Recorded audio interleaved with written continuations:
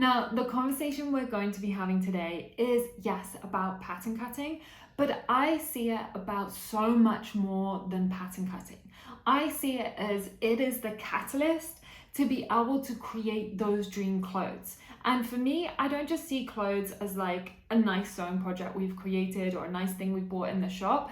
I see it as an extra layer of confidence. Like, clothes make us feel a certain way. When we wear our favorite clothes, we feel more confident. We have that like extra spring in our step. Whereas when we wear the clothes that feel a bit raggedy and we're not really loving and we're just wearing because we have them there in the back of the wardrobe and we should be wearing them because we bought them or we made them when we spent that time, then we don't feel so good in them. So I see this as a catalyst to be able to create dream clothes, to be able to create the clothes that you see on Pinterest or you see on Instagram or you see in magazines, and to be able to turn those images into dream clothes that you're wearing in your wardrobe that are going to give you that extra spring in your step. So let's dive in now, and I want to share with you two different areas. First of all, I'm going to be sharing with you why it may not have worked if you've tried pattern drafting before. And even if you've never tried it before, this is going to help you understand the things not to do and the reasons why it won't work if you try different methods.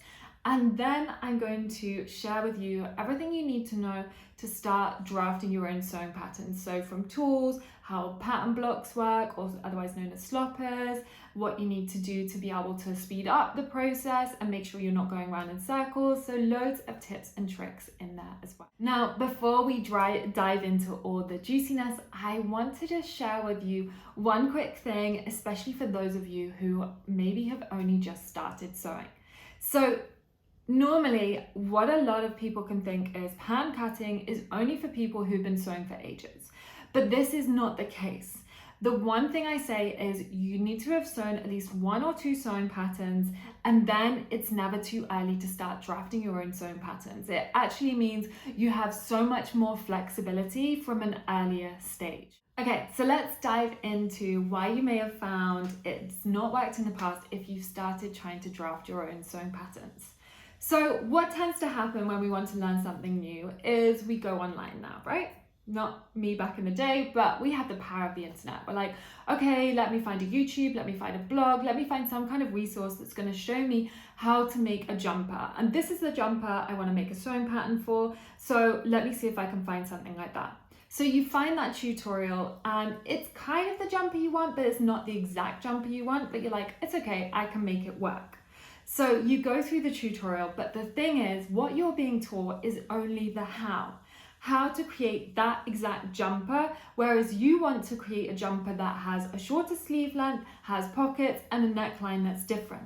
So what you really need to know is not just the how, but also the why. And this is how I teach in my world. I'm always sharing the why. Why you're adding 2 centimeters here, why you need to take off the seam allowance here, why you want to move the dart, why you want to do this measurement rather this measurement, why you want to make sure you're adding this match. The why is the most important thing, so you have the flexibility to create your designs, not just copy other people's designs. So that's the first reason. The second reason is that you're using the tools. So maybe you've got yourself a pattern cutting ruler, something like this or this, but actually you haven't been taught how to use them. So then when you created your sewing pattern, the seams don't fit together and you're like, I thought I did it right, but things aren't really fitting together and it doesn't make sense. Maybe I just hack a bit off here, maybe I hack a bit on there, and then it just feels a bit frustrating. And I say this out of experience. This was me when I was a teenager and I was wanting to create my own sewing patterns. The third reason you may have found that it's not translated into the designs you want is because you haven't been creating a pattern cutting to-do list. So this is something I'm always preaching to my students to do, and that is to create a to-do list of what you need to do to go from your blocks, and I'm going to be explaining about these in a minute, to the sewing pattern to then create the item of clothing you want to create. Because if you are just thinking, okay, so I want to turn these trouser blocks into a trouser pattern for a design you have, You then start to just do it. You don't think it through. You're then just stabbing in the dark. And what you find is you're going around in circles. You're realizing, oh, wait a minute, I should have done this before this. Because in pattern cutting, there is an order to things. We do need to do things in a fairly specific order so that then we're not going around in circles, like I was saying. Now, the last reason isn't so much a reason why your sewing pattern isn't translating into a great pattern. This is more the reason why you're finding your patterns maybe didn't translate into the dream clothes you want. And that is because you're not looking into your unique style. So a lot of the time people think, I need to be on trend, I need to be catering to fashions, I need to be looking at what's in the store, oh, that looks nice on that other person, oh, my friend's wearing that and it looks incredible on her, maybe I should make them make the same thing. But the thing I really recommend doing, especially when you're drafting your own sewing patterns, is discovering what your style is. And I have a couple of blogs on this as well. So this is something big in my world where I'm trying to support you, like I said, not just create sewing patterns, not just upgrade your sewing game, but create dream clothes. And that means really understanding your style. So now we know what's not gonna work and why. What we want to do now is focus on how you can really get started in creating your own sewing patterns for those dream clothes. So number one is discovering your style. Start to bring attention to the clothes you love to wear and the clothes you don't love to wear. What do you love about them? What you don't love about them? What silhouettes do you like? What colors do you like? What fabrics do you like? What fits do you like? What sleeve length? What leg length? What waist height do you like? Start to really bring awareness to this, because this is going to help you discover your own unique style. Your style is about what feels good on you, not your fashion. We don't want to be thinking fashion, because fashion is what is dictated to us by society around us, by trends, by all the things. We want to wear clothes that make us feel good, and that means finding our unique style. So you can simply start by doing this by just bringing awareness to the clothes you love, the clothes you don't love. You can start going Pinterest crazy, pinning things onto boards, and you can start seeing what things you like the look of and then thinking, is that actually what I like to wear as well? And as you do this, you're going to build up a catalogue of knowing what sleeve lengths you like, what leg lengths you like, where you like that waist to be, what colours you like to use, what fabrics. You're going to start to build up that dictionary for yourself and that blueprint of your unique style. Now, the next thing in pattern cutting that you need to know to be able to start creating your own sewing patterns for those dream clothes is how to use the tools and what tools you need to get started. So because I'm quite a minimalist, I am all about not buying 500 bazillion gadgets. So this is what you really need to get starting with pattern cutting, and it's very simple. So propelling pencil. The reason why I don't say just a normal pencil is because you want this lead to stay sharp so that you're not adding extra millimeters to your patterns. If you're creating a series of pleats and you're doing 10 lines and every line is thick, you're going to add a lot to your sewing pattern, and that's where you find things don't fit. So a propelling pencil, otherwise known as mechanical pencil, that you may already have or you can get in an art shop. Now, along with that, of course, you want a rubber. And then you want to get some sticky tape, but you want to get tape you can draw over. So if you need to join on a new piece of paper to add an extra volume, you can draw over this. So I use Scotch tape, or masking tape is also really good for that. Then you want paper, scissors, tape measure, your usual things, leads, and then these are optional, but you can use notches. So notches means you can then just cut into your, I'm just trying to find a piece of paper to show you then. There we go. So you can literally just use them kind of like a hole punch, where it just cuts out a little thing. So when you're drawing in your notch on your armholes, it's really easy just to draw the pencil in that. And this is really good to add on to your, to clip into your sewing patterns or your blocks. You can use scissors and just cut out a triangle, but this means the paper doesn't rip as easily. So this is an optional tool. And then we get on to the most important tool of all, and that is your pattern cutting ruler. Now, there are different ones out there, so these are a couple of different examples. This one here is my favorite, but I'll share with you why it's my favorite so you can find one that's similar if you can't access this one here. So the reason why this one is my favorite is, first of all, on a pattern cutting ruler, what you always need are these 5mm increment lines. Now, I'm talking centimeters, millimeters, but if you want to do it in inches, that is totally fine as well. Just don't mix and match as you're creating your sewing patterns. Either stick to inches with everything or centimeters and millimeters with everything. The principles are the same. It doesn't matter which you work in, the principles are exactly the same. What matters is you stick to one so it doesn't get confusing. So if you're working in centimeters, you're going to have these 5mm increment lines. And these are so helpful in pattern cutting because when you're adding your seam allowance, you're going to want to go around the whole of your pattern and add 1cm seam allowance. So you're going to want to let me just grab this here. You're going to want to line this up on your pattern. I know this is a block here, but this is going to show you the example, and draw all the way around your sewing pattern with 1cm. So it's easy if you've got these increment lines here. It's easy to then add in pleats that are 2cm wide without having to mark 2cm little dots, as we have done probably at school or something. So the second reason why I love this ruler as well, and this ruler is better than this ruler, is because you're also going to find you want this 90-degree line to be able to line things up really nicely with, say, a waistline or the center front. You're going to find you want this really nice 90-degree line. Obviously, I have a 90-degree line on here like this, like these little ones, but it's nicer to have it longer so you can make sure everything is lined up really well. The one thing I would say with pattern cutting rulers though, is you're going to find there's lots with different curves here. The method I use, I pretty much never use these curves because rarely are they the curve you want.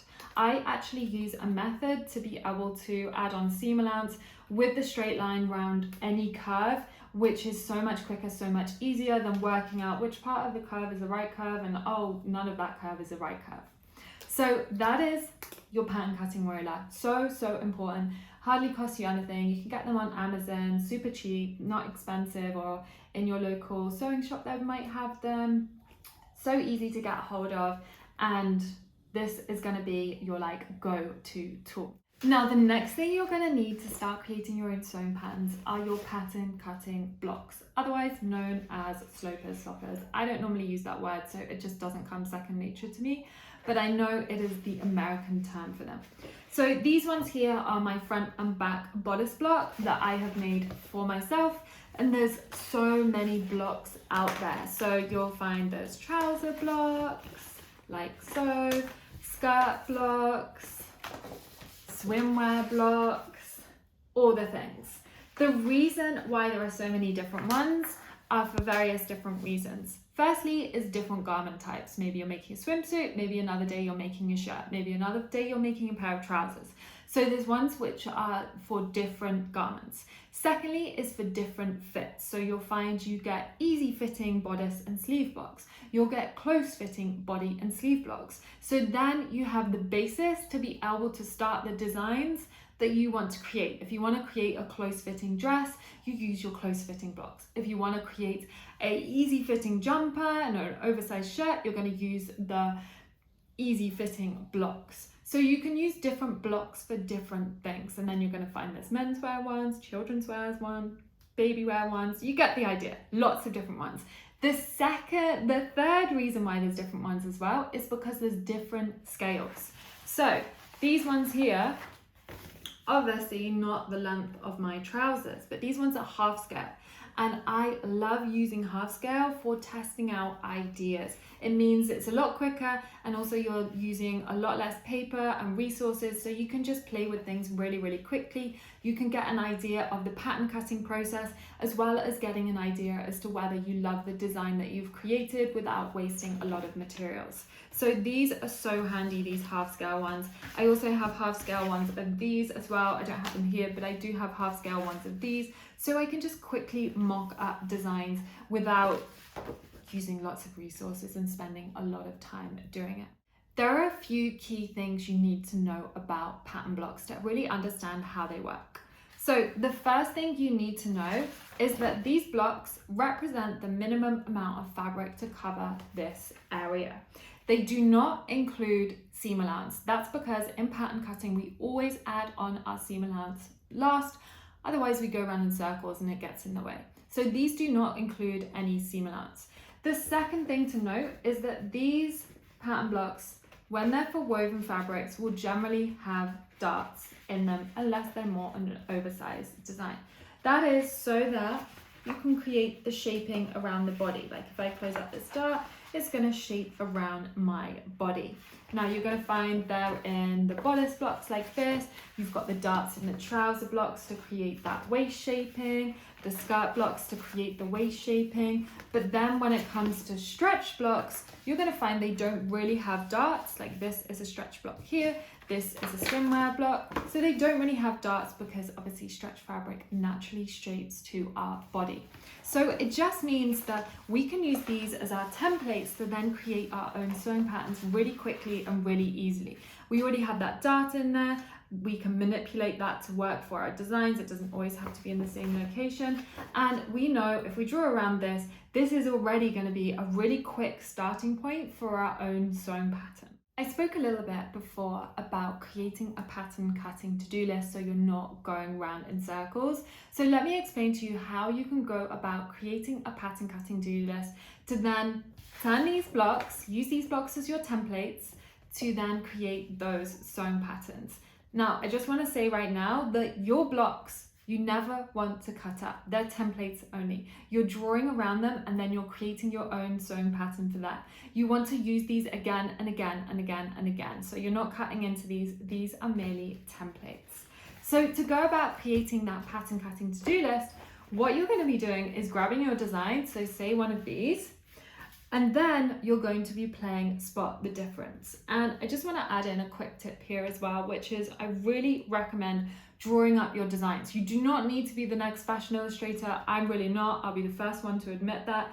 You just need to draw up your designs though to think things through. So you want to think through, how am I going to get into it? Or do I really want that hemline here? Or do I want to change it a bit? You really want to get into the nitty gritty of, first of all, what works for your style. Second of all, what works for your comfort. And third of all, what works for what you like to sew. If you don't love sewing in zips, let's get inventive. You're making your own sewing patterns. You don't need to sew in zips. You can use different ways. That can be like your signature thing. So that's just a little side point with a few tips there. So what you want to be doing to create that pattern cutting to-do list, so you know what you're going to be doing when you're creating that sewing pattern, is playing Spot the Difference. So you're going to be taking your block and thinking, okay, what is different about this versus, let's say, this design here. Okay, so on this design, I have gathers here, but on this, I have a dart. So what I want to be doing is turning this dart into gathers. And oh, my gathers aren't in this side bit here, they're down at the bottom here in this design. So I need to pivot this dart down here, and then I'm going to be having my gathers there and turning that into a gathered section. And then you think, okay, so this is a lot longer, I want to add length to that. And the main thing when it comes to a pattern cutting to-do list and working out the order is you want to be starting in the middle and working your way out. So you're going to be starting with this area here, including the apex of the bust, working your way out. And when I say the apex of the bust, we want to be considering the dart first. Is this in the way? What does this need to be translated into? Does it need to be moved? Does it need to be pivoted for your design? And then we're going to be working our way out, thinking, do I need to change anything at the shoulder? And then you're working your way back. So whatever you've done with the shoulder or the side seam, you want to do the same with the back so that your seams are going to match up. So we're working our way this way round to the back. So you're making sure you really consider your seams so that everything's going to work once you've created that sewing pattern. Now, of course, what you want to do next is start drafting your sewing pattern. And of course, to do that, you're going to need to know a few drafting techniques to be able to create that sewing pattern. You're also going to need to know how to annotate your sewing pattern so you actually know how to put them together once you've created them, and how to add that seam and hem allowance so that you're going to have that extra fabric so you can sew up your seams and sew up your hem. And I would absolutely love to be able to show you all of this inside this conversation, but it's hard to share so much in just 20 to 30 minutes. But I do have a free pattern cutting masterclass where I show you exactly how to add your seam allowance, your annotations, how to use these blocks, how to pivot your darts. I take you through a full-on example so that you can create your own sewing pattern in just 60 minutes, and you can then use those techniques to create various other sewing patterns that you can, all those sewing patterns you can imagine. So you'll be able to find the link with the details for this conversation, and you can then head over, go and check out that free masterclass and really understand how to implement everything I've been talking about today so you can start creating your own sewing patterns for your dream clothes. I hope you found this conversation interesting today, and I hope it's filled you with joy and inspiration to know that this is totally possible for you. It doesn't need to take ages. You don't need to go to uni and spend 500 years doing it. You can literally fast track this knowledge in a weekend and be making your own sewing patterns straight away. So if you would love to find out more about my world, I am mainly sharing things over on Instagram, and you can find me at The Sewing Retreat, or you can head over to my website, which is thesewingretreat.co.uk for more information on my courses. I have a blog over there with so much information on it, and I have links to the free masterclass as well as a free ebook as well. So you'll be able to check out those links if you want to delve more into my world and into the world of creating your own sewing patterns. And if you do decide to start creating your own sewing patterns, drop me a DM. If you have any questions around pattern cutting, drop me a DM at The Sewing Retreat, as I love to hear from you. I love to connect with you. I love to see what you're creating. I love to see what the same techniques mean for different people and all those limited options that we can create with them. But thank you so much for being here with me today. Have a beautiful, beautiful day. My name is Sarah, and a huge thank you for today.